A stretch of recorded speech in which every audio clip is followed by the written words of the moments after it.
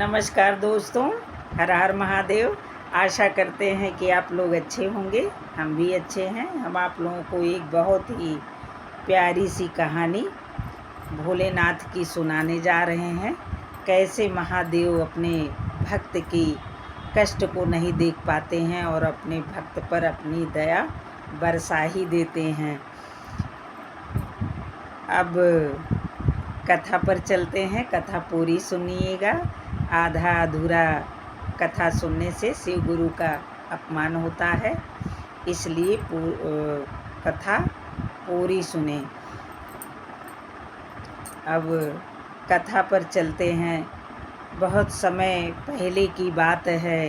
एक मज़दूर रहता था। वह एक ज़मींदार के यहाँ डेली मज़दूरी करता था, लेकिन जब वह मज़दूरी के लिए ज़मींदार साहब के यहाँ जाता था तो रास्ते में एक शिव मंदिर पड़ता था। उस मज़दूर का डेली का नियम था कि वह 2 लड्डू भोलेनाथ को चढ़ाता था और 1 लोटा जल चढ़ा देता था। उसके बाद अपना काम करने वह ज़मींदार साहब के यहाँ जाता था। एक दिन क्या हुआ, बहुत तेज़ बारिश हुई, बहुत पानी बरसा। मज़दूर जब ज़मींदार साहब के यहाँ गया तो ज़मींदार साहब बोले कि आज तुम घर चले जाओ, आज काम कैसे करोगे, बहुत ढेर सारा बारिश हुई है और खेत में बहुत पानी भरा हुआ है, कल से तुम काम पर आना। मज़दूर को बड़ा दुख हुआ। वह सोचने लगा कि मैं चला तो जाऊंगा, लेकिन मेरे पास पैसे भी नहीं हैं, क्योंकि रोज़ देखिए कमाता था, रोज़ खाता था और उसी में से जो समय मिलता था उसी से शिव भक्ति भी अपनी कर लेता था। बड़े बेचारा असमंजस में पड़ गया। निराश मन से अपने घर पर आया, अपनी पत्नी को सारी बात बताया। तो पत्नी भी दुखी हो गई, लेकिन मज़दूर बोला कि मुझे दुख तो इस बात का है कि जो है हम तो भूखे ही सो जाएंगे, लेकिन कल जब मैं सुबह जाऊंगा, शिव मंदिर से निकलूंगा, तो मैं लड्डू कैसे चढ़ा पाऊंगा, पुजारी क्या बोलेंगे, क्या कहेंगे। मुझे तो इस बात का दुख है कि मैं कल लड्डू कैसे भोलेनाथ को चढ़ाऊंगा और मैं कैसे उधर से गुजरूंगा। खाने की बात नहीं है, हमारे पास पैसा नहीं है, हम लोग तो पानी पीकर भी सो जाएंगे।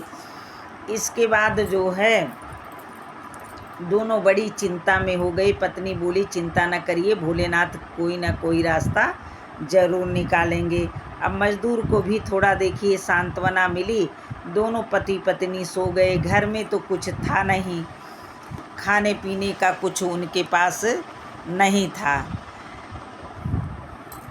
लेकिन जब सुबह हुई तो मज़दूर फिर अपने काम पर जब जाने लगा तो मज़दूर सोचने लगा कि मैं आज मंदिर के पास से नहीं जाऊंगा, आज मैं दूसरे जो है रास्ते से जाऊंगा, नहीं तो मैं लड्डू कैसे भोलेनाथ को चढ़ाऊंगा। जब वह दूसरे रास्ते से जाने लगा, उसके मन में तमाम, देखिए भगवान जो है नियम के बहुत पक्के हैं।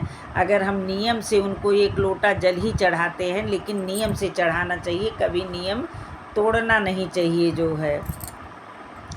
तो वह रास्ते में जब जाने लगा तो उसे ठोकर लग गई रास्ते में। जब ठोकर लग गई तो एक बड़ा सा ईंटा था। मज़दूर ने सोचा इस ईंटे को उठा करके कहीं और रख देते हैं, नहीं तो और कोई आएगा तो उसे भी ठोकर लग जाएगा। अब वह ईंटा को हटा करके एक किनारे जब रखने लगा तो क्या देखता है, उसी के नीचे एक बड़ा सा मटका दिखाई दिया। उसने जब उसकी माटी को खोदा तो थोड़ा हटाया मिट्टी, तो उसमें मटका दिखाई देने लगा। अब वह मटके को ले लिया। वह सोने के सिक्कों से भरा था और वहीं से अपने घर पर लौट आया। उसकी पत्नी जो है पूछने लगी क्या हुआ, कैसे लौट आए।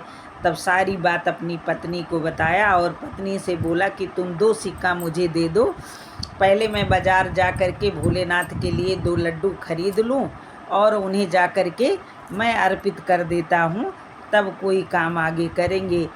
जब वह 2 सिक्का लेकर के गया, भगवान को बाज़ार से लड्डू लिया और मंदिर में जब पहुँचा तो बाबा का शिवलिंग पकड़ करके बड़े करुण क्रंदन से रोने लगा विलाप करने लगा कि हे महादेव, हम नहीं जानते थे कि आप कितने भोले हैं, आपने एक क्षण में मेरे सारे दुख दर्द दूर कर दिए।